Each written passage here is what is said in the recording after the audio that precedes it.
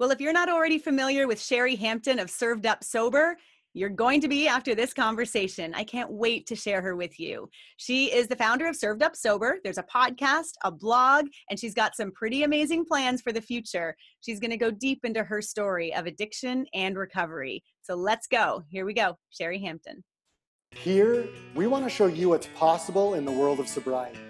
We introduce you to the various tools, programs, and resources available, because there are way more options than you may even realize.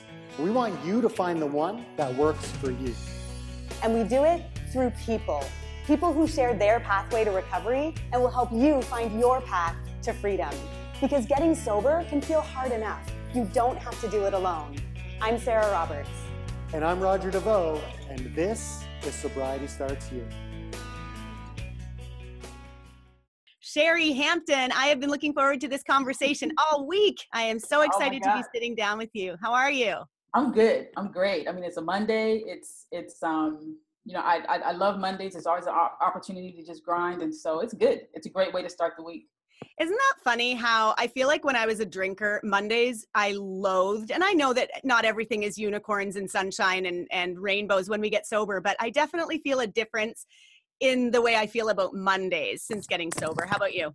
Absolutely. I mean, I think I had a post maybe a year or so ago. I was like, when I got sober, I started working on Mondays. It was an immediate benefit. And Mondays are great. It's an opportunity to reset, rejuvenate, and I feel the same way. I love it. So let's go right away into the podcast. So your brand is Served Up Sober and your podcast is the same name, Served Up Sober. And I want to talk about what is the podcast all about? Who did you create it for? And what goes on inside the podcast? Oh my goodness. It's somewhat irreverent, right? It kind of grew out of me doing all these little mini videos.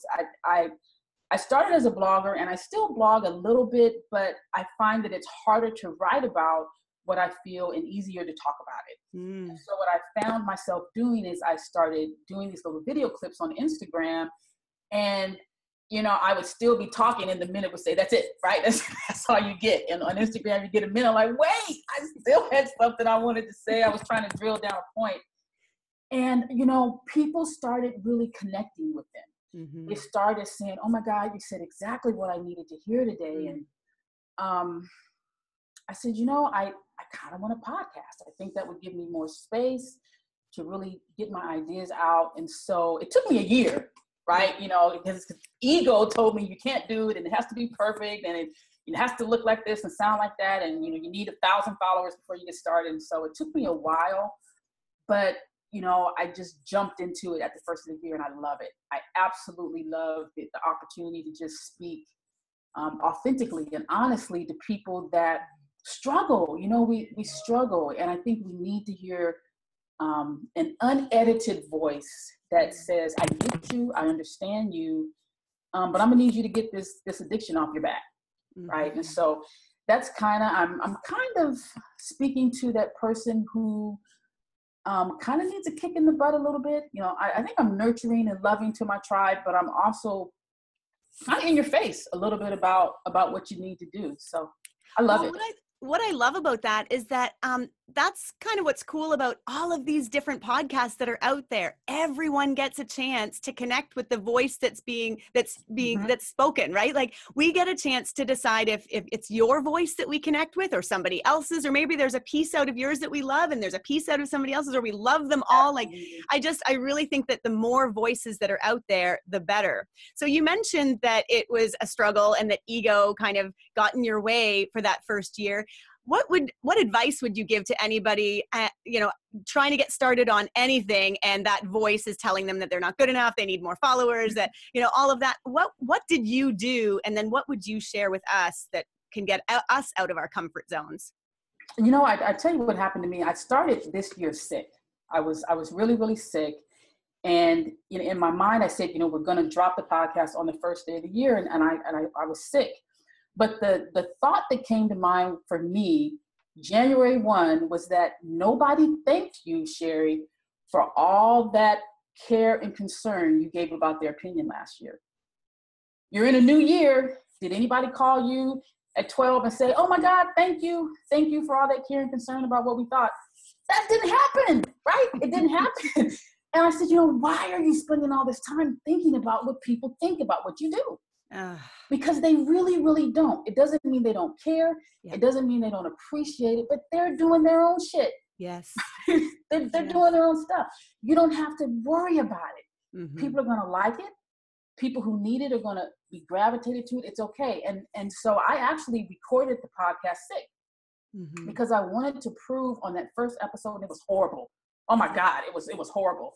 That voice in my head was saying, this is bad. You know what I mean? Because I had never podcasted before and I didn't know my sound was off. I'm hitting the mic, I'm clicking on stuff. And I just said, you know what? I'm just going to let it be what it is. I'm going to pop it out there. And it was empowering because I went through all that nervous stuff and said, it's okay. Mm-hmm. Nobody called me and said, Shari, that was horrible. Right? I know, and isn't it so true? It's like when we do things in a spirit of service, I think that it helps to mitigate some of those haters out there or the nasty voices in our head, and certainly the people out there that might otherwise criticize us for it. I think that when we really are coming at it from a place of love and of service, people feel that resonates with them. Absolutely. And then that made it easier to do. But you still struggle. The voice still, because we're all driven. We have a certain amount of ego in us, and I think that allows us to excel. Yeah. But just get out there, just do it. Just do it. Know that you're not going to be good at something you've never done before, right? So I wasn't supposed to be an expert, and I'm not, right? But I love it. I love the podcast so much. That's amazing. How often do you post new episodes? So my goal is to record every 2 to 3 weeks. But what I was given with really good advice was just record when it hits you, and you don't have to necessarily pop it out there, right? You don't have to upload it, but you can record and talk and edit and change it. And, so now I'm trying to just talk when the spirit moves me, so to speak, and then just edit it out and say, okay, this is one segment, you talked about this, and this is another segment, you talked about that. And I think that's going to work pretty good for me moving forward.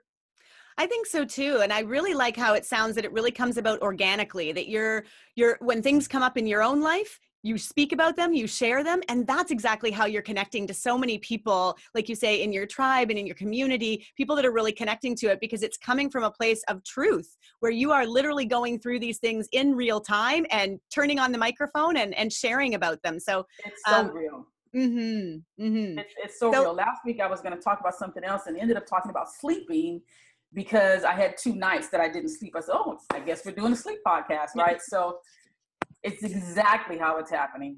Well, and I love that again, because I feel like when it's happening to you, it's happening to other people. There's a sleep issue going on with other people at that exact same moment. And it's, that feeling of gratitude when somebody says the thing that we're just like, oh, that's exactly what I wanted someone to talk about. And I want to know that I'm not alone. And what strategies can we use to get better with our sleep or whatever the issue is. So I love the nature of your podcast. I think that you are going to continue to grow it over time. Congratulations on launching it. So where do people find the podcast?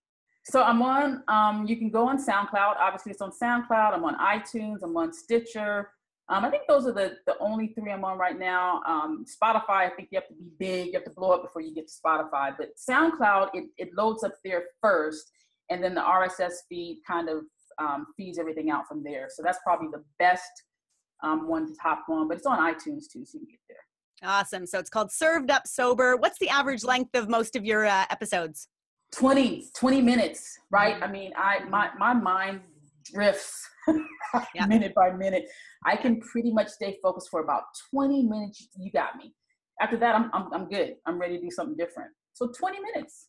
And again, I feel like for the people out there that see podcasts that are an hour and a half or 2 hours in length, and I know sometimes that can feel for some people like forever, and it's like, when am I going to get the time to get this in? These are really great episodes because they're short, they're to the point, they're sweet, and you can move on with your day, like Shari said. So I love it. Check out the podcast at servedupsober.com. I'm sure there's a link. Is there a link from your website? Can't remember. There's not a link from my website yet. And thank you. Thank you for reminding me. I need to do that. I'm such an Instagram person. And so everything kind of feeds from my Instagram feed. If you click on my Linktree link, you can find it there. The one thing that I still need to do is upload the link to the website, and thank you. That's something I need to do. I haven't done it yet. So glad to serve. Right. So I want to get into your story. I really want you to take us into, sort of childhood all the way up, and that'll bring us full circle to where we are today. So I'm going to be passing the microphone over to you because I definitely want to hear about your holistic recovery. I know that rehab was a part of your journey, so I want to get into that. And then I definitely want to make a bit of room for the scholarship fund. I think that's going to be really important that we talk about. So I definitely want to touch on those things, but first and foremost, let's dive into your story. I'm passing the microphone over to you, Shari. Let's hear about your childhood and then all the way up through your addiction, if there was a rock bottom, how you got sober, and how you are getting to where you are today. My heart is beating super fast right now because I've never told my story. I've never told it completely. I'm really kind of, I don't know, I guess I'm nervous about it, but here we go. Let's do it. I knew I was gay from the very beginning of my little world. Maybe not the very beginning, but probably grade school. I had crushes on my teachers, and things were a little different. And so I think that, growing up in the 70s, when that just wasn't what you did, that created a certain amount of angst for me. But my mom outed me. She outed me when I was 14. She came to me and said, "Hey, listen, you're different. And I want you to know I embrace that difference in you. I love it about you. You don't have to worry about it." So I didn't get. And what did that do for you as a 14-year-old girl? I loved it. I loved it. It connected me and grounded me. And so I think I had a certain arrogance early on in life, but I also learned early on that I was a loner. Right? I knew that my mom accepted me and loved me, but I always had this feeling of, where am I going to find love? Who's going to love me? Is anybody going to love me? Am I going to have a family? What am I going to do? And I immediately ran from that fear of being alone. So at 14, I started using at 14. It's kind of weird because I had the acceptance of a parent, but I recognized that I didn't see myself anywhere else in the world. And so by the time I was 15, I'd already tried, PCP. I'd done that. I'd already started drinking. I come from a very strong family. And so, in some ways it didn't make sense, but it made sense for me. It made me feel comfortable. It made me feel secure. And, immediately I was self-soothing through, emotions I didn't understand. Prior to using drugs when you were a child, did you ever use food or other substances or anything else? No. Nope. I started, I think when my sexuality became super, super clear to me, right? That, wow, guys are liking me. And I'm like, oh God, not so much. I needed something to kind of just smooth that struggle out. Right. So you weren't out at school? It was just you and your mom that knew? Yeah, it was just kind of me and my mom. It was just kind of me and my mom. Super athletic, and again, you figure I was born in 1964. So people still were identifying, but not really identifying. It wasn't like, oh, I think she's gay. It wasn't like that at all. No. It was much different. So I think that was my first introduction. I didn't dibble and dabble too much in high school. My mom was very strict with my education. I knew that I couldn't just go buck wild. You know what I mean? It wasn't like I could just get drunk.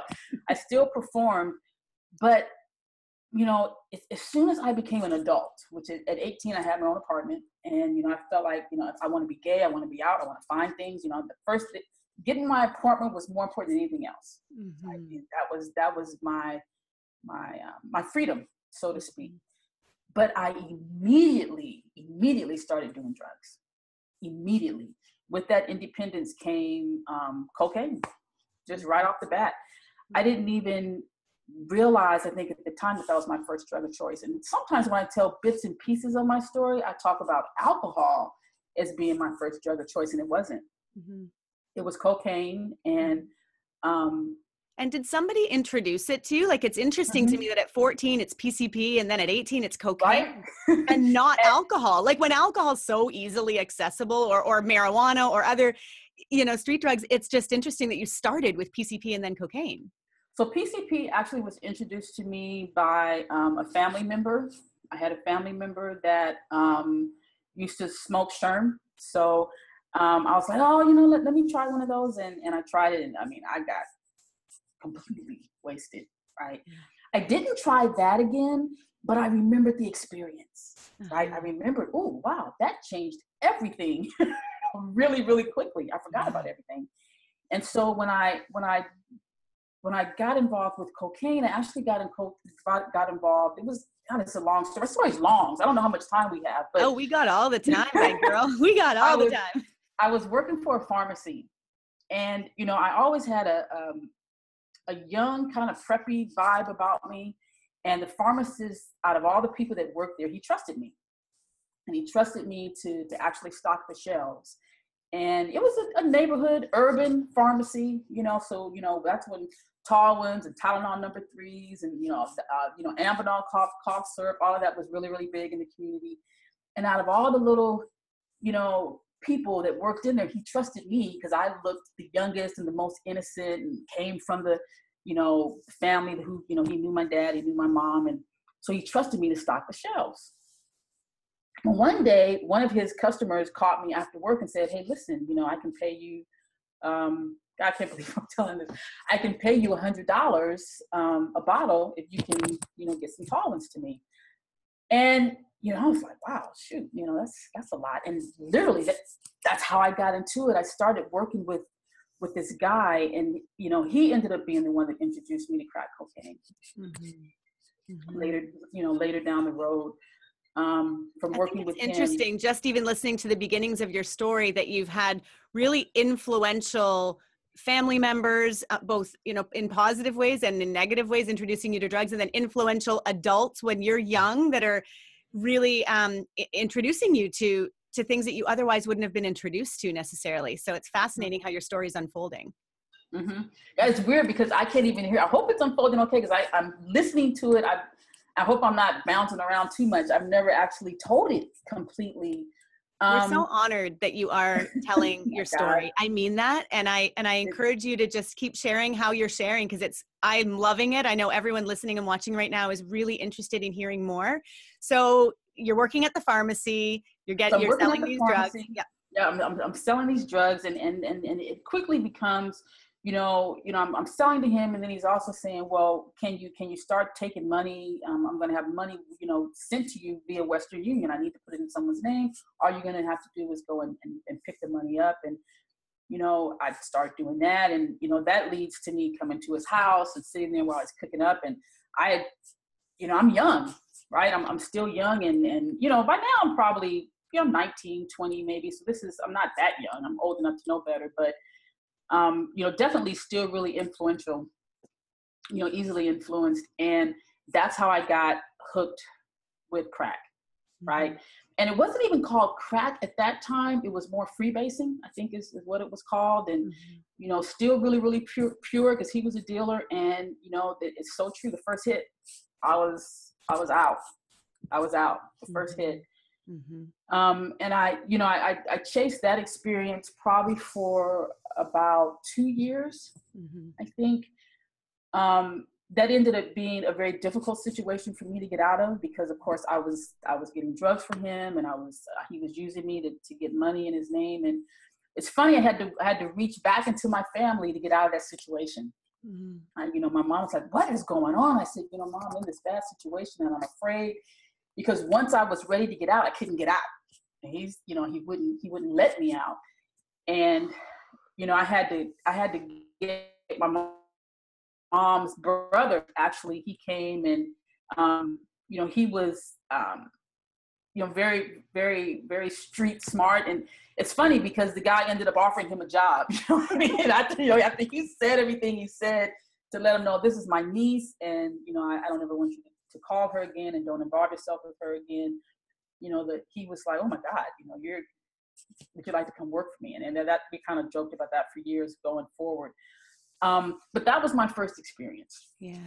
My first and I just want to even interject, as kind of funny as that is, that he offered your uncle a job. What a testament to the way that your uncle went in there and soothed that whole situation to get you out. Your uncle knew that the only goal was getting you the fuck out of that. Exactly. And he went in and he did it in the energy and the spirit that he knew he had to do to get you out. And to the point where the guy was so ingratiated towards him that he offered him work. I mean, it's crazy, but it's amazing that he had those kinds of that heightened level of emotional intelligence. Well done on your uncle. Thank you. He so then where do we go? So you're now away from this guy, and where do we go from there? Drinking. Yeah. I had, and I didn't, life was just really complicated. It was, it was only, and I can say this to people, it was complicated because my emotions were complicated. Life was really good. I had a great family. I was going to school. I didn't have any disabilities. I was healthy. I had all the support around me, but emotionally I was just fucked up. I was putting so much into life that really didn't need to be there. And I was running from everything. So as soon as I left the cocaine, I just immediately went into alcohol. I had learned from getting high off the cocaine that alcohol would bring me down. So that had never been my initial drug of choice, but it was what I used to kind of come off because, you're way, way up here and I needed something to bring me down fast. So you completely quit cocaine? Like, okay. Using alcohol. Yeah. I completely quit because I was afraid. I completely quit. And so he was really the only person I knew. I wasn't in a community that, I didn't know how to go to the crack house or the cocaine house. I didn't know any other dealers. Okay. I wasn't really part of that community. And so when I stopped working with him, I didn't have another connection and I wasn't really looking for one. My uncle was like, I do not want to have to come get your ass. So after he got me out, he threatened me, and so I think I was young enough and impressionable and just afraid enough of that experience to say, you know what, I don't want to do that. Okay. And so I immediately jumped into drinking and I drank into heavy drinking because, beer and wine, wine coolers. Remember wine coolers? I don't know if you're old enough to remember wine Wildberry wild coolers. Right. Wildberry wine coolers. It was like 3% alcohol. I mean, it was nothing. Horrible. So that wasn't going to work. I started drinking heavy, right away. Right away, just as a way to kind of escape. And so when you say to escape, what were you trying to escape? Because you're out with your mom. Are you at this point, at being 19, 20 years old, are you out as far as your sexuality goes? Oh, yeah. So you're out. So what are you escaping? I think, you just don't, if you don't value yourself or you don't love yourself, no matter how much other people tell you, oh my God, you're fantastic, you're amazing, you're talented. If you don't feel it, it's just, your world is just kind of bottomed out. It's just kind of bottomed out. And I didn't know where to find love. I didn't know what love was even supposed to look like. And, I didn't love myself through it. I just felt like, well, God, what's wrong with me? Why am I like this? And even though my mom said, it's okay that you're like this, I don't think I truly accepted it. Well, and I imagine, did you have any role models who were gay at that point? Because you might have felt so alone. And when you keep saying that you were different, like nowadays, I have friends who are gay. I mean, we know so many people who are, people that are celebrities are gay. So we're turning that ship around where it's absolutely whoever somebody wants to love is entirely their choice. Right. But I know that in 1970, whatever we're talking, you might not have had those kinds of role models. Is that part of it? What's so weird is the only person I thought, and this is going to be funny, is the only person I thought that I could find a gay community was James Cleveland. I don't know if you remember, James Cleveland was a gospel singer. And, I'm like, I know he has sugar running through his veins. Look at how look at the choir, I need to find the James Cleveland church, and you just didn't know where to, people were so quiet about their sexuality. Of course there were gay people everywhere, right? There were bi people. I mean, we've been gay and bi for thousands of years, right? Ever. But I remember I just didn't know where they were. Yeah. And I struggled with, how do I find my tribe? How do I find my connection? Where do I fit in? And so, yeah, it was scary, it was scary and kind of lonely. So I think alcohol just became my friend, just became my best friend. And would you mainly drink alone, or were you going out with friends and drink? Say that again? Definitely drank alone. I've been a solo artist from the beginning. Mm-hmm. I've never been a person that would go out and drink and hang out. Very shy, very, very bashful. I've never been the one that would go to the parties and dance and have a lot of friends. I've always just been kind of a loner. So I was drinking at home from the beginning. Mm-hmm. All right. So keep walking us through. You live in your own place. You're drinking alone daily at this point? Yeah. It's weird. I was drinking daily. It wasn't always hard liquor. I think it was beer, I guess Bacardi, rum, vodka. I guess it was hard from the beginning now that I think about it. Mm-hmm. And every day, right away. Mm-hmm. Like in the morning or after work? No. Yeah. It was never in the morning yet. That didn't come till much later, but it was after work and definitely on the weekends. The weekends were like, I can't wait till the weekend gets here, right? So I can drink. But still I wasn't drinking all day. It was still more of a celebration. I deserved it. I've worked for this. I've earned this type of, you know what I mean? Oh, I totally know what you mean. That was my story. I mean, my story was that I would, I was just looking at the clock to wait until 5 o'clock rolled around so that I could wrap up my work and get out the door. And the first stop I made was either the liquor store or the bar or to my friend's house. That was what we did, or home to drink, and I always, and it's funny, my story is that a lot of my friends wouldn't have even necessarily thought that I had a severe problem because we all kind of drank together. But what they didn't know is that when the party was ended, I went home and continued until I passed out. Yeah. Exactly. Yeah. So I get that totally. Okay. So you're now in your 20s. You're still living on your own. Have you found a relationship yet? I have, and it's weird. All my relationships were so dysfunctional. I can say that, I think people recognized in me, I'm a giver by nature. And so I kept running into the wrong people, the wrong circumstances. They were all just wrong for me. I can't say that the people themselves were bad, but, most of the women were much older than me. Some of them were married, let me just put all my business in the street right now. It was just, they were just, as long as I don't say any names, I get to do that. Right. But, they were just the wrong people. And, for my 20s, I actually was in a long-term relationship with someone that just wasn't even available, so I don't even think I got out of that relationship until I was 30. Mm-hmm. And I self-medicated through that entire relationship thinking, oh, one day. And, Did they drink too? Was it dysfunctional in that way that you were codependent or both of you drinking?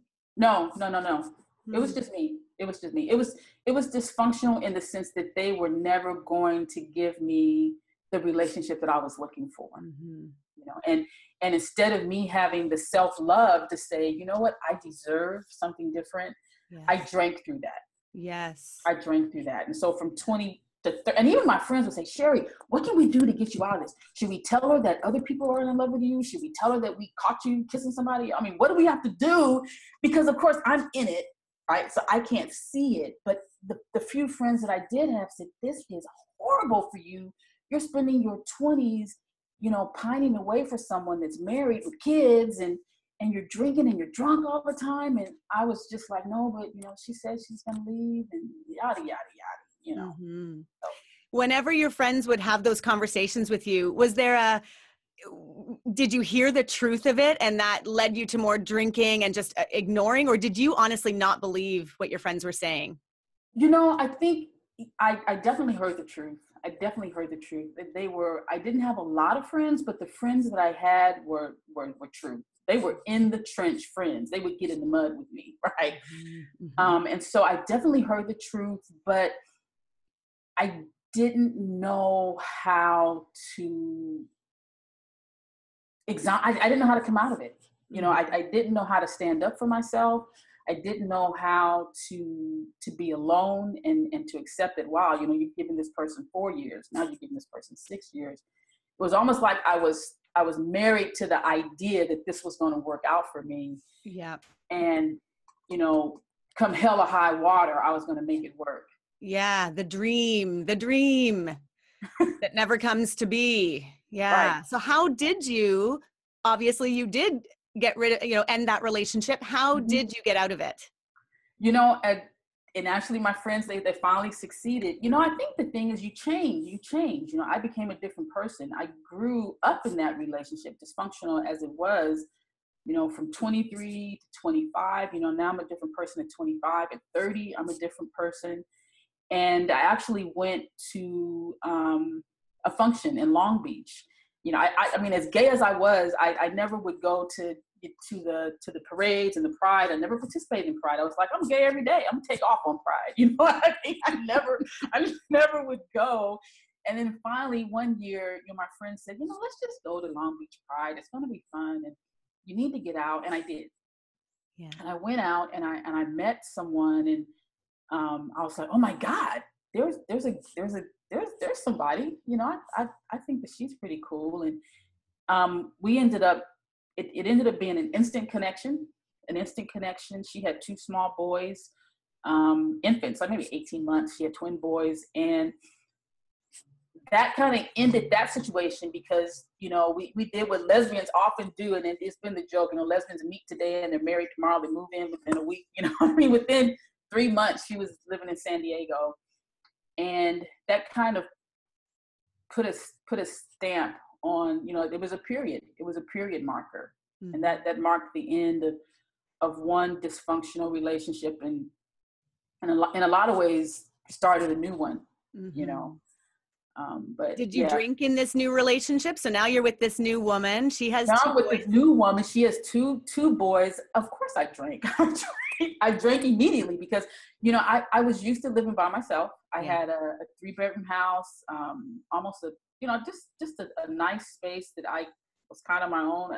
No furniture. I didn't like having furniture. I just had speakers on the floor and hardwood floors, and it immediately became full with people and life and toys and noise, right? And I'm like, oh shit, this is a lot, right? You know, love you guys, and I'm so glad you're here, but this is a lot. And that's when I started drinking in the morning. Mm-hmm. I just kind of needed something to kind of calm things down. I was working out of my home at that time, so I had the freedom.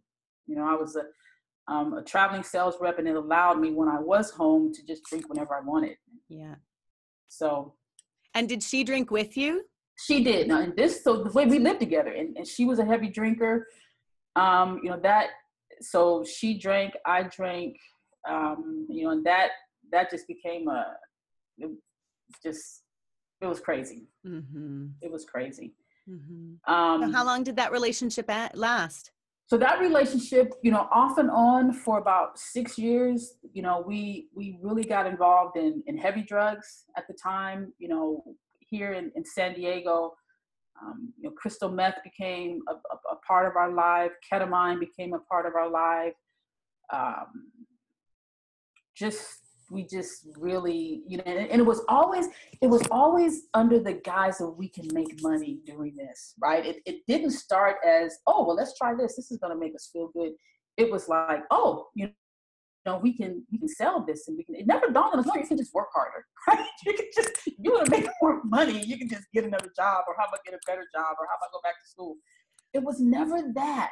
Mm-hmm. You know, it was always, no, hey, this is, we can make money doing this. And what happened, she didn't necessarily get hooked, but I did. Mm-hmm. You know, I got hooked. And do you think that your history with that man who introduced you to selling drugs, that just played right into? Oh, for sure. Mm-hmm. Oh, for sure. It was because you're like, I've done this before. I've done this before. You know, people never suspect me. I can drive down the street with it. You know, it's definitely. And you know, I'm so grateful because there's so many times when I should have gone to jail, and for whatever reason, I was just spared. Yeah. You know? And I mean, you know, had you gone to jail, that would have been the part of the story. And the fact that you didn't have to go through that experience, I that did. means that it wasn't for you, right? Like you had to go through other. Oh my God, I did. But just, you know, there were many times that I was spared. There were many times that I was spared. Mm-hmm.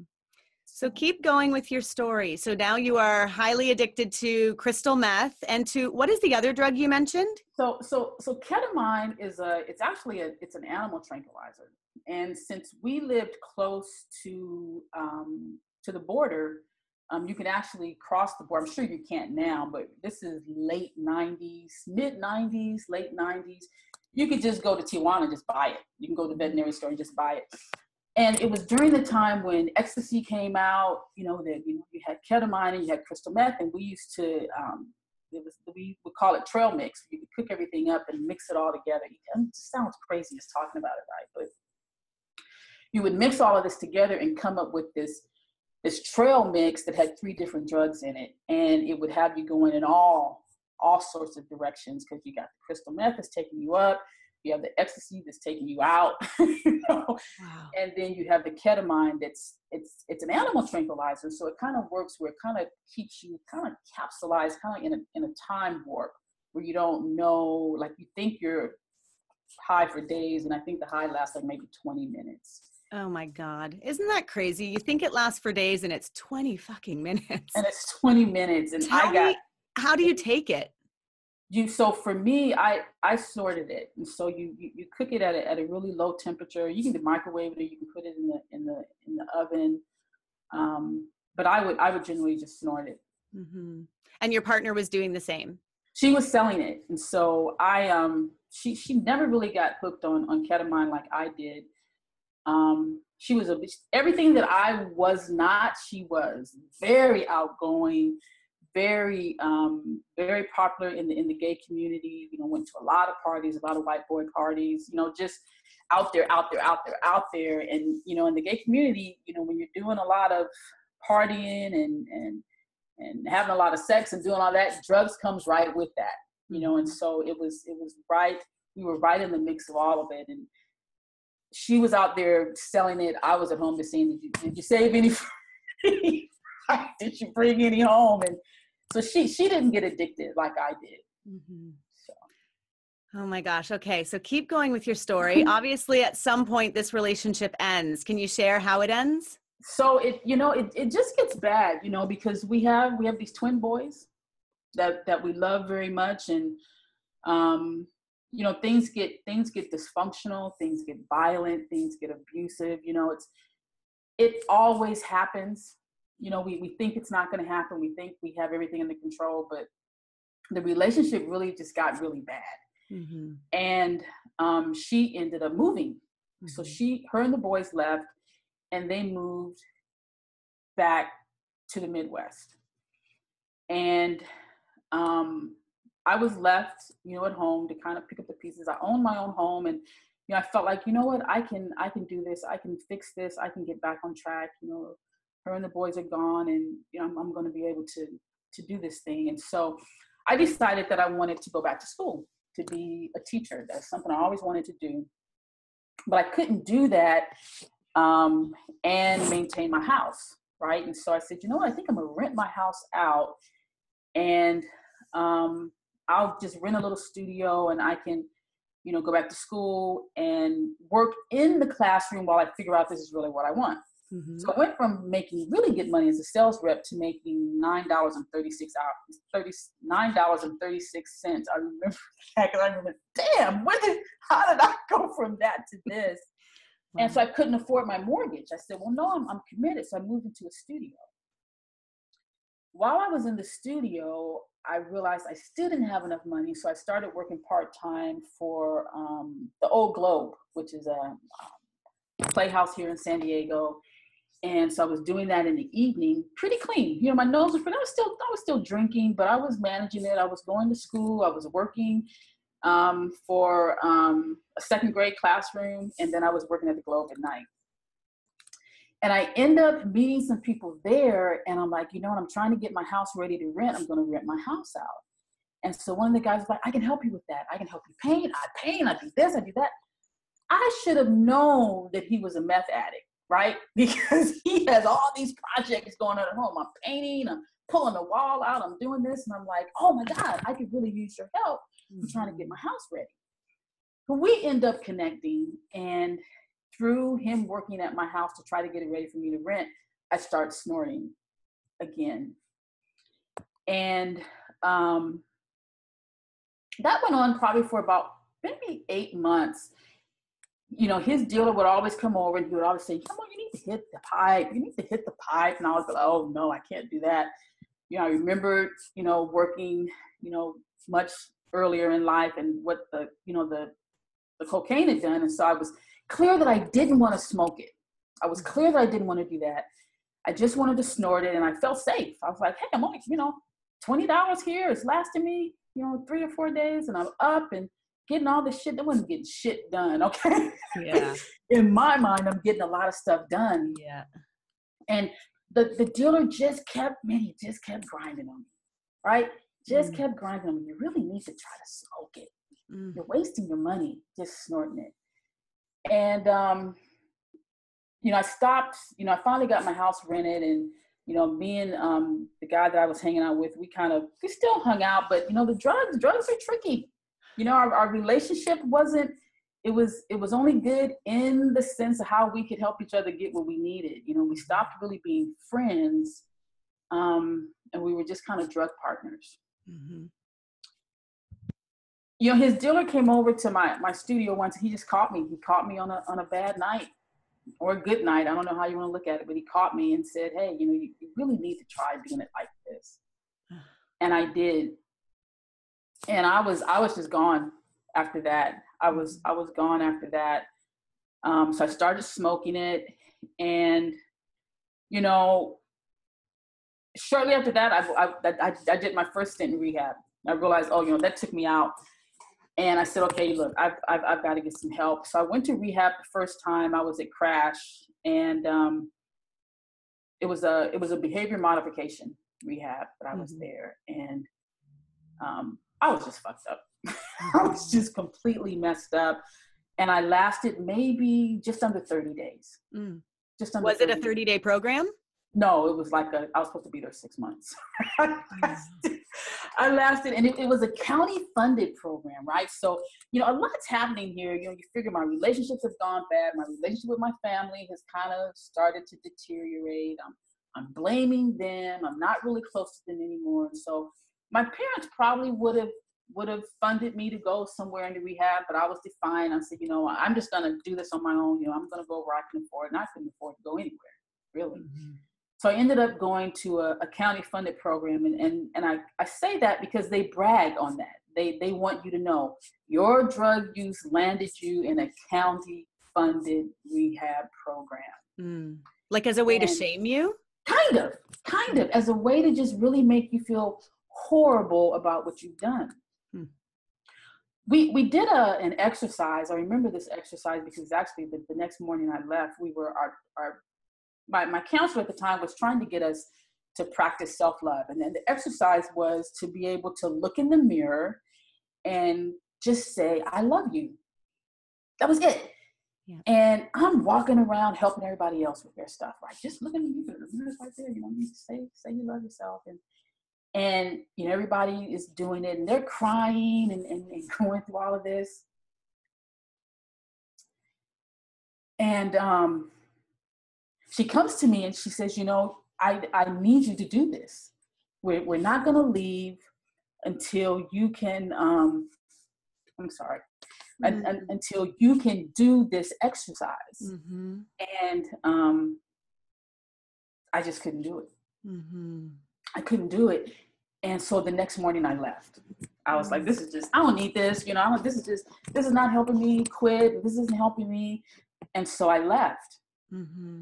And when I left, I walked to they still had payphones right back then. So I walked to the payphone and I called my dealer. I'm like, I'm out of that stupid program. And what do you have for me? He said, I got you. You know, are you still drinking Tanqueray? I'm like, yeah, I'm ready. You know, and so. I think it's fascinating that you were so easily able to help other people do that exercise. Was it a feeling inside that you thought it was an easy exercise and just go ahead and do it? Or did you really know that it was super tough and it was easier to deflect and to try to help them than to do it yourself? I don't think, I don't know if I recognized, I felt like it had to be difficult because people were struggling with it. Yeah.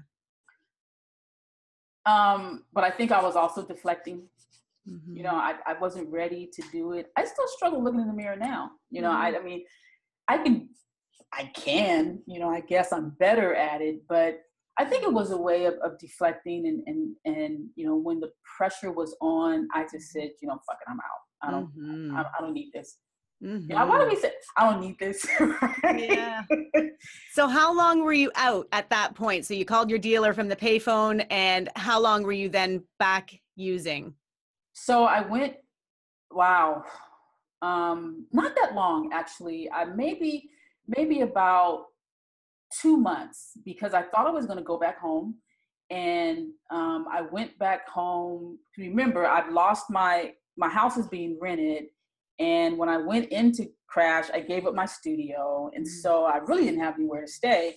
And I'm thinking, okay, well, I'll just go hang out at my parents'. And so I went there and I was resting. And my dad said, you got to go. And I was like, what? And he was like, yeah, you can't stay here.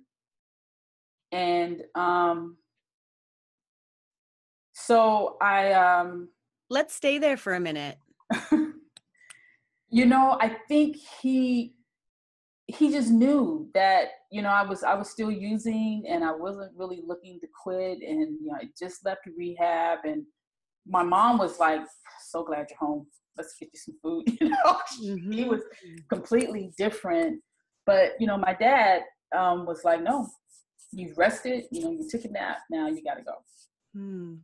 I had a question about your dad. So you mentioned early on in your story that your mom was like at 14, I know you're gay. It's all good. Everything's great. How did your dad ever respond to it or react to it? Or did he ever have any conversations with you about your sexuality? So it's weird. And it's kind of I'm glad you brought that up, because it can get kind of confusing. My mom was already remarried. So she was living with my stepdad. My stepdad was very, very, very, very supportive. My biological father, who was a devout Seventh-day Adventist, we never had a conversation about my sexuality. But, through my, growing up, my diary was found by someone back when I was 17, and it was taken to the minister of the church at the time. And I was actually kicked out of my church. So, on one side, my stepdad was very supportive. My father, we never had a conversation about my sexuality, but he knew about it. I can only assume that he was shamed by it. So, there were just two different positions. Yeah. And did you have contact with your biological father throughout your childhood? Yes, absolutely. My parents divorced when I was 2. Both came from strong families, supportive families. I saw my dad every weekend, So, I mean, I was a dad's girl, and we ended up coming full circle, but yeah, I saw him all the time. But I can only imagine that played into addiction when it comes to not feeling accepted by somebody who we look up to. And, you said you're a daddy's girl. I was a daddy's girl. And I could only imagine how hard that would be if I didn't feel like I was fully being accepted by my dad. It was tough. And then also the divorce, it was a crushing divorce, I mean, just through, energy work, recent work, have I realized that I got stuck there because my dad was devastated. He was devastated. It wasn't a divorce that he wanted. Even at 3, I was like, Dad, what can I do to make you smile? What can I do to make you happy? He loved me, but he was in pain too. He was in pain too. So. And I do think it's amazing when we do work on ourselves, energy work or other types, when we're adults and we can look back and have a lot more compassion and understanding for the choices that our parents made. Not that it makes it easier on us, that, we all go through things in our childhood. We're caused pain by our parents and by the people that love us, but the fact that you're able to sort of heal it now, that's where the power lies, that we can stay the victim, or we can look at all of those experiences in our lifetime and say, they all served a purpose. They were there for a reason. They taught me something, and we can heal from those, those wounds so much of the time. So well done on getting through a lot of that pain. I'm sure that was not easy work, and I'm sure you continue to do a lot of that work, which I know is a big, which is a big part of the work that you then share with other people. Trust me, definitely. Yeah. Okay. Definitely. So where are we in your story? Where are we? So you're in your third. So now you're on your stepdad's and mom's couch, and he tells you gotta go. No, get out. You gotta go. Yeah. And so I go back to Crash again, right? So with Crash, you had to be sober like 3 days before you could go back. You couldn't just call and say, hey, can I come back? They're like, no. And this is the community funded. Right, county funding rehab. And so I get sober long enough to go back there. And so I go back there, and the second time I stay just over 30 days. I got kicked out because I wanted to cut my hair. And that's a whole nother thing. They have really strict rules, and the whole point is that you're supposed to be there working on yourself. And if you did anything that it's behavior modification, right? So if you do anything that falls out of what they're trying to do, the rules were just really strict. So the second time I lasted just over 30 days, and I left. I couldn't go back home. And so for 3 weeks I was homeless. And it's interesting, and I think about this all the time. Even though I was homeless, I was never thinking about where I was going to sleep. I was always thinking about when I was going to cop. Mm-hmm. Right? It's like I was not going to be homeless and sober. Shit, that was just too much. That was just too much to think about, and I have so much compassion for people when you see people on the street and you're like, all they're going to do is get a drink.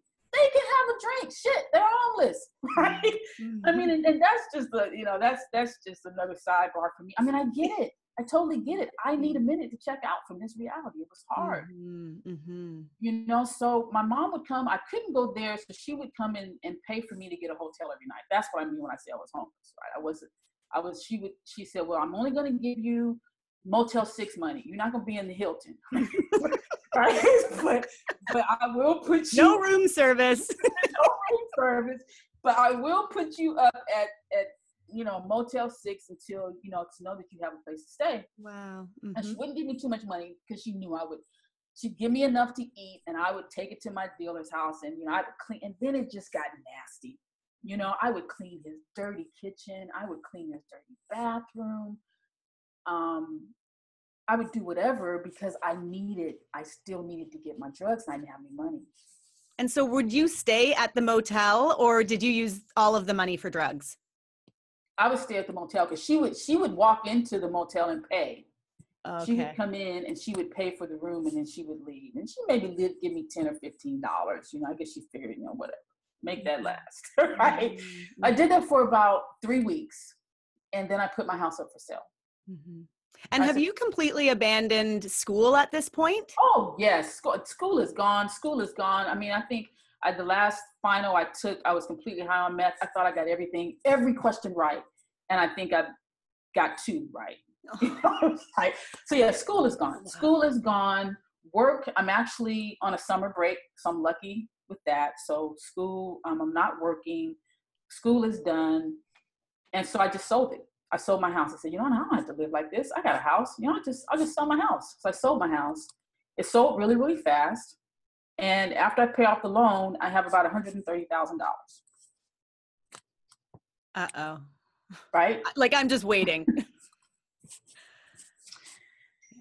Yeah, I'm angry, right? I'm defiant. I feel like, I went to my dad all pissed. Here's $10,000. He said, thank you very much, because you owe me a lot of money. I will take that. And I went back. I went back to my last relationship. And I called Indianapolis and I said, hey, here I am. This is what I've done. I've just sold the house. And, of course, she's like, oh, you should move here. You can move here. And the boys and I, we'll just reunite. And I mean, who moves from San Diego to Indianapolis? Right? Me. At 39, 40. Mm-hmm. So I moved to Indianapolis with, $130,000, probably about $10,000 cash on me and the rest in the bank. And, within 6 months, probably, I have about $7,000. Yeah, I have about $7,000, and it's been spent on mostly drugs, or it's been spent a lot on drugs, but just on poor decisions. Of course, we furnished the apartment. I buy a couple of cars. We're fighting, and every time she goes into jail, I'm bailing her out with cash. And why is your partner going to jail? Fighting. We're fighting. The police are being called to the house. And it spirals out of control really, really, really, really fast. My 40th birthday, I'm in the closet smoking, because of course I have an unlimited supply. And 3 days I'm just in there just smoking. And you say you had an unlimited supply because you've got access to so much cash and you're just able to get it. Right. And what's interesting is I'm able to get it. Mm-hmm. That lasted about 6 months. And, I decide, there are many times that I want to come back. I want to come back to San Diego, but our relationship is really, really bad at this point. And every time I want to come back, she destroys my ID. It's just weird, right? And I'm so paranoid and so out of it that I can't get myself together enough to realize how to get my birth certificate, how to get another, ID, how to get myself back home. I'm not calling my parents, and it just gets crazy. Mm-hmm. So that happens like within 6 months, I'm down to about between $7,000 and $9,000. I'm like, oh my God, how did this happen? I need to build the money back up. Mm-hmm. And so I fly back to San Diego. By this time, I get my ID squared away, and I come back to San Diego, and I convince her, well, I'm going back to get my stuff, because I hadn't even gotten my stuff. I still had my personal stuff here, my clothes, my books, those types of things. I still wanted. But the real reason is to come out and to cop. And to cop enough, because in my crazy mind, I'm thinking, I'll be able to build back up all of this money that I've wasted by selling it. By selling, mm-hmm. Right? And I've never really sold since way back in the pharmacy, where I was, just selling pills to one person. Mm-hmm. And so, I come out, and my dealer's still there, and he's going down, but I'm not even paying attention to, wow, now you're living like this? Like, when did that happen? Everybody is just is looking a little haggard, from it all. And I take someone with me, and this is when things get crazy. I take someone with me from Indianapolis. He's a young kid. He's never been to San Diego. I realize that I'm not able, and I think, oh, if I have a second set of eyes and a second set of ears around me, I'll be able to pull this off. And so I bring him with me, and I get some dope, and we rent a U-Haul, put all my stuff in the U-Haul, and we're going to drive back. We're going to drive back from San Diego to Indianapolis. He's in the back of the U-Haul smoking, because of course he's never had this much stuff. He doesn't want to quit smoking. I'm driving, and we make it to, what is that little city right outside of Arizona, and we get into an argument. Okay, we get into a really bad argument, and I leave him. Oh. I leave him in Arizona.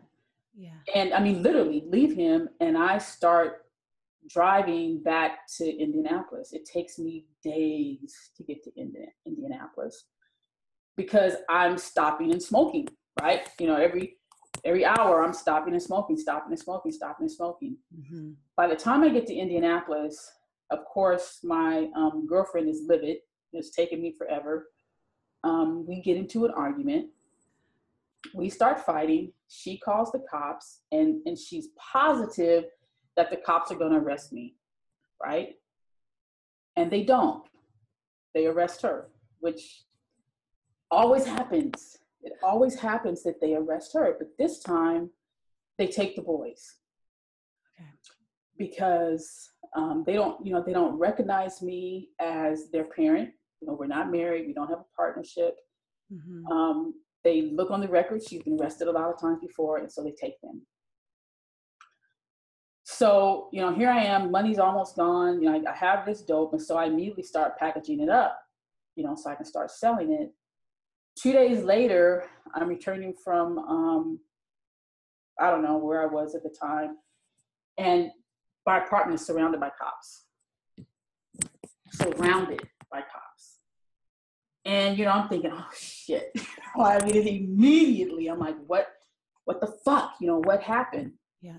Well, the guy that I had left in Arizona, his dad was a retired cop. And so he got home, right? He managed to get home, and he tells his dad, and, anyway, the cops are there. And that's when I learned so much about what I was doing. Number one, I had everything packaged. I was within 500 yards of a school. There's residue all over the back of the U-Haul. I didn't even know about residue. So the dogs are sniffing the residue off the U-Haul. There's residue all on the doors of the handles of my apartment. And I'm just caught up. Mm-hmm. I'm completely caught up. The boys are gone. They're in foster care. She's in jail. And, as luck would have it, the cops that arrested me, well, they didn't even arrest me. They were dirty cops. We had an attorney that we knew because we had been in jail in and out so much. And I was constantly bonding her out. And so he was in my cell phone. I called him. I said, listen, this is the situation that I'm in. And he said, who's there? And I told him who was there. And he said, well, look for the one who's in charge. And I did that. And he said, well, give him the phone. And anyway, they didn't arrest me. But what they did was I was supposed to turn on my connections, right? And to make a long story short, I got out of that situation because all of my connections lived in California. Mm-hmm. And so they watched me for probably about 18 months. I would have to go, and, they kept trying to get me to turn on people. I had to convince I didn't know anybody, but that was how I stopped using crystal. Mm-hmm. I had to stop cold turkey. And, we finally got her. Did you out those people that were in California? No, you never did. Mm-mm, I never did. And it just drug on and on and on and on. And I think finally they just found someone else to be interested in. But mm-hmm. You quit cold turkey because you knew you were being watched, and it was just like, you knew you had to get rid of this. Yeah. It was painful that time because I had had so much and I had done so much that when I quit this time, my bones ached. My bones were hurting, and it was bad. Yeah. And so you just went through your own withdrawal. You didn't go back to Crash. You didn't. No, because Crash was in San Diego. I didn't try to get any help there. I really fell into drinking mm-hmm. like crazy. Mm-hmm. So that was that. She got out. We got her out of jail. I think she ended up staying in jail like maybe 30 plus days. She got out. And what's weird about that is we both just started drinking. It never dawned on us to get a job. And so I would walk down they had like a Quality Inn down at the corner, and they had like continental breakfast that they would give, to their residents. So I would just go down there every morning and grab, I got cranberry juice, right? Because that was cranberry and vodka was going to work. And I'd get bagels and all kind of stuff. And it never dawned on me, you know what? You can just get a job. You can just get a job. I worked so hard at making sure that we had, juice, and then we would spend a little money. And then we did odd-end jobs for our landlord, and we would paint, just the little tweaker jobs we learned over the years. But it was a struggle. Mm-hmm. It was a struggle. It took about a little bit over a year to get the boys back. And that kind of cleaned us up once we finally went back to court and realized that they were not going to give them back to us. Mm-hmm. We had to both get an outpatient treatment. We had to take random drug tests. We realized that, Indianapolis is not as inclusive and diverse. The court system wasn't too thrilled with our Black, gay, addicted asses. They weren't looking to give the boys back to us at all. And we had to jump through a lot of hoops. Mm. Even down to, we did. Mm. We did. And I mean, God, I don't know where else. That was kind of how that happened. And then when did that relationship end? And then right, it ended, right? Obviously you're back in California. So what happened? That ended, I can't really pinpoint when it ended. It just wasn't good. It was just dysfunctional. It just wasn't good. We were both drinking. And we were, it just wasn't a good relationship. I finally left one day, just put my stuff in my car and I left. But I ended up staying in Indianapolis about 3 years. And I actually went into another rehab. I went into a hospital to try to get clean and to try to quit drinking. And so I went into Fairbanks there. And the first day they give you phenobarbital. I was like, well, shit, just give me the pheno. I mean, that's good. I like the way that's making me feel. Was there for 6 days, and I actually stayed sober for about 7 months. Mm-hmm. And then I got a call from my biological dad that he was terminally ill. Mm. And it's weird because addiction is so weird. I knew when I was talking on the phone to him that I was going to drink that day. Mm-hmm. It was like, I have a good enough reason. Mm-hmm. No one is going to question me. How dare you? If you do, my dad is dying. Mm-hmm. And I get to drink. Mm-hmm. And so I left. And of course I did. I got good and drunk. And it was probably the best drink that I'd had in a decade. I just, I'd been sober for 7 months. And so I quit my job. I gave notice. My mom flew out to Indianapolis. I knew I was coming back. They had diagnosed him with, 4th stage everywhere in his bones, gave him 90 days to live. Wow. And so I moved back. She drove me back to San Diego. And that's how that worked. Mm-hmm. And so you were with your dad when he passed? Well, he lived like for 3 years. Oh my gosh. Right? 90 days they gave him and he got 3 years? Yeah, he lived like for 3 years. We completely went into overdrive. Everybody just jumped on the bandwagon, including my stepdad. He had heard about some stuff from Denmark. He came in and anyway, he lived 3 years and we got an opportunity to experience each other. But I was drinking, through the entire time, up until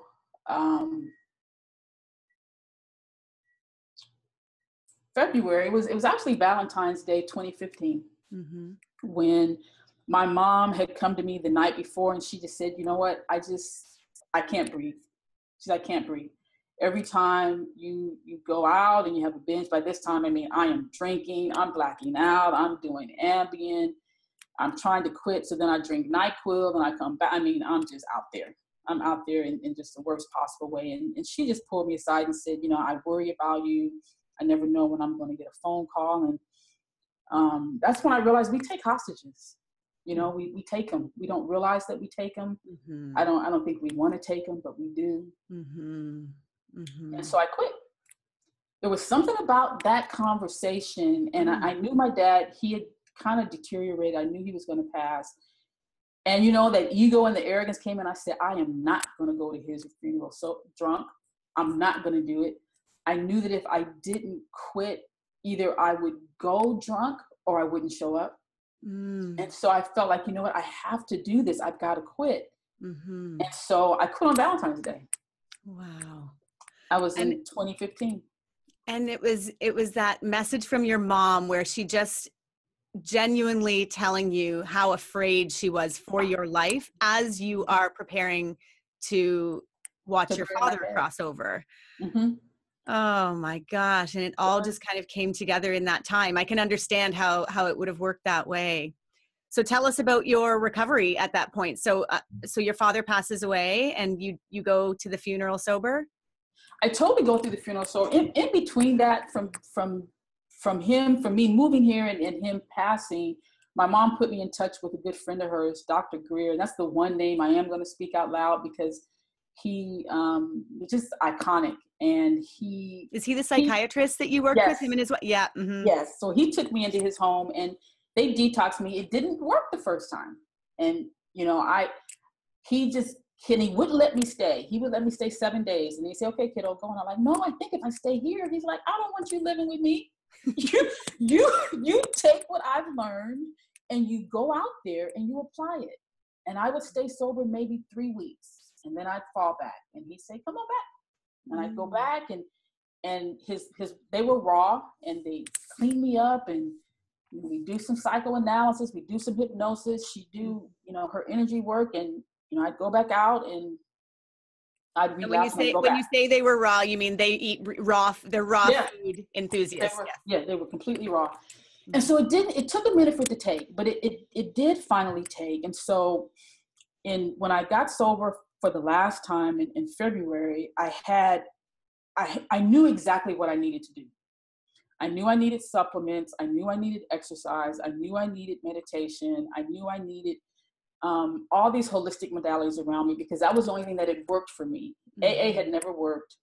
Traditional recovery model had never worked. And Dr. Greer and I had talked about, kiddo, you need to, this is what you can do. You can do this as a living. And that excited me. I was like, oh my God, you mean I can do it? I don't have any experience. What do you mean you don't have any experience? You've been drinking and using for 30 years. What do you mean you don't have any? You're an expert at it, right?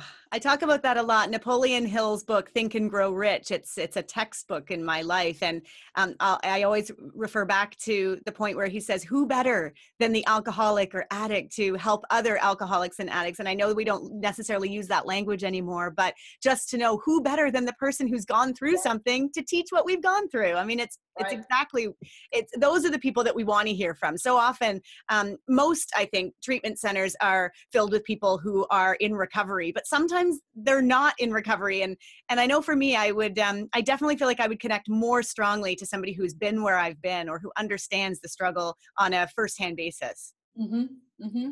That's exactly what happened. Was Dr. Greer in recovery and his wife? No. No. Interesting. No, they weren't. She's actually an anthropologist. And then just kind of became a holistic enthusiast and just kind of self-taught genius in that field. And so how did you even approach them or reach out to them? How did that whole relationship start? You were saying that, so your dad got you in touch with them, right? Right. So my stepdad and my mom were friends of theirs. Okay. And, I was, by that time, I'm living here. I'm working for my stepdad part-time in his practice, but I'm blacking out. I'm going into work drunk. I mean, I'm doing all my thing. And he said, you know what, either I'm going to fire you or you're going to get help. And we've talked to Dr. Greer and he will help you. Mm-hmm. And so that's how, I had known him because he'd been in the family for years, but it was such a gift to be able to sit at his feet. And I mean, he was iconic. He was iconic. And he just detoxed me spiritually. Mm-hmm. And he would tell me, kiddo, you can drink. You can drink. And I'd be like, I thought I was coming here to learn how to quit drinking. He was like, no, you need to learn how to stop thinking life will get better for you if you don't quit drinking. That's all. You can drink if you want to drink. If that's the experience you want to have in this lifetime, you can have that. But we need to get you to understand that that's a limited experience. And that's what I think made sense to me, right? He said, that's why you're struggling. Stop bumping your head up against the wall. If you want to drink and be drunk, you need to understand that there's only a limited amount of life that's going to give you. And you need to accept that. And you can't keep telling me you want to live in Mission Hills and you want to, travel to Bali, because you're not going to do any of that. Right? So he was speaking a language that I could understand, Mm-hmm. and I appreciated it. And so the detox became a different experience. Mm-hmm. It was a different experience. So especially compared to what you had received in traditional rehabs, or even right. It was very different. And so I was just able to kind of string that through the last few months of my dad's life.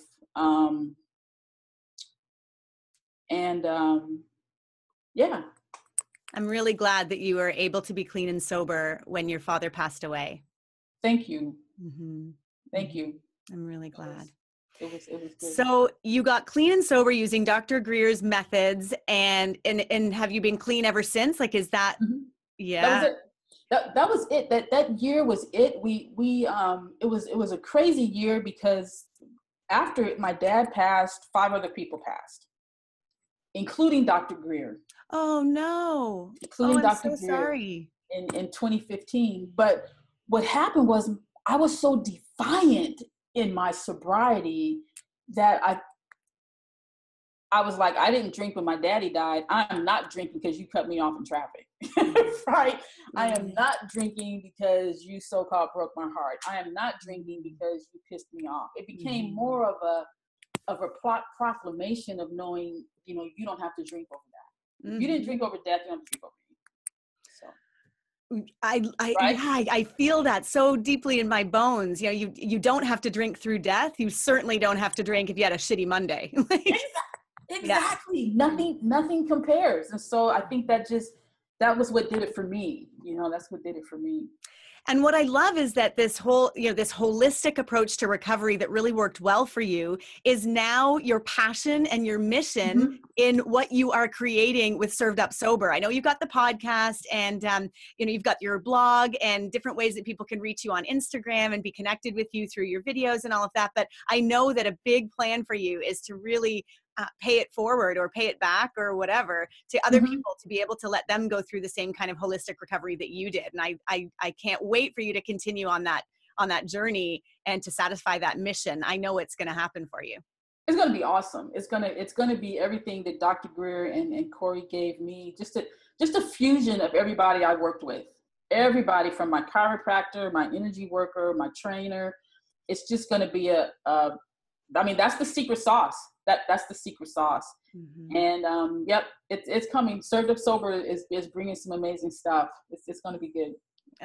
Fantastic. Well, I feel your passion. I feel your energy. I'm so excited to know you and to see where you're headed on the path. I can't wait to continue to follow along and see where it all takes you. I know that no matter what, you will continue to serve people in the beautiful way that you do, which is authentically, genuinely, and just through your story and through your truth and your ability to be vulnerable, because I know you have a tagline that, what is it? Vulnerable is the new arrogant. That's it. I can't believe you got my story out. I can't believe you. I don't know. I'm gonna have to do something special for you. Thank you. It's just thank you for letting me get it out. You have no idea. The honor and the privilege is all mine. And for anybody that's watching and listening right now, we feel you. We feel that story. And we are so grateful that you were able to just go ahead and share it authentically and in such a raw way. I know it's not easy to share a story, and especially when it's so close to us. So thank you for everything.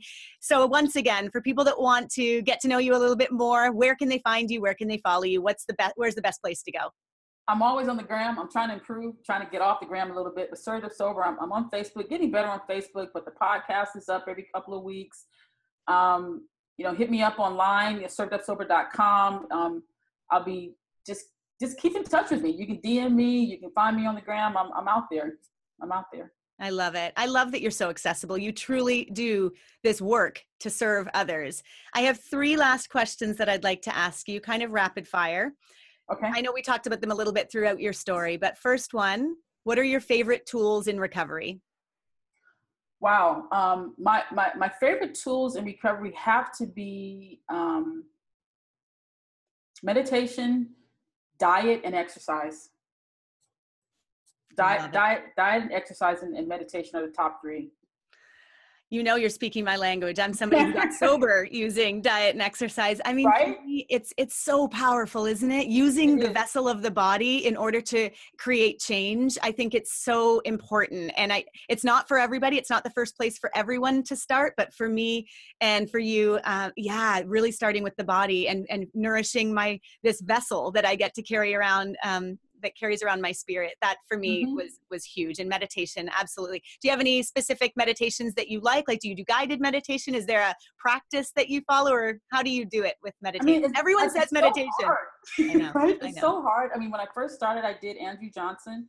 I love the little bald head on the little icon he uses. I did that.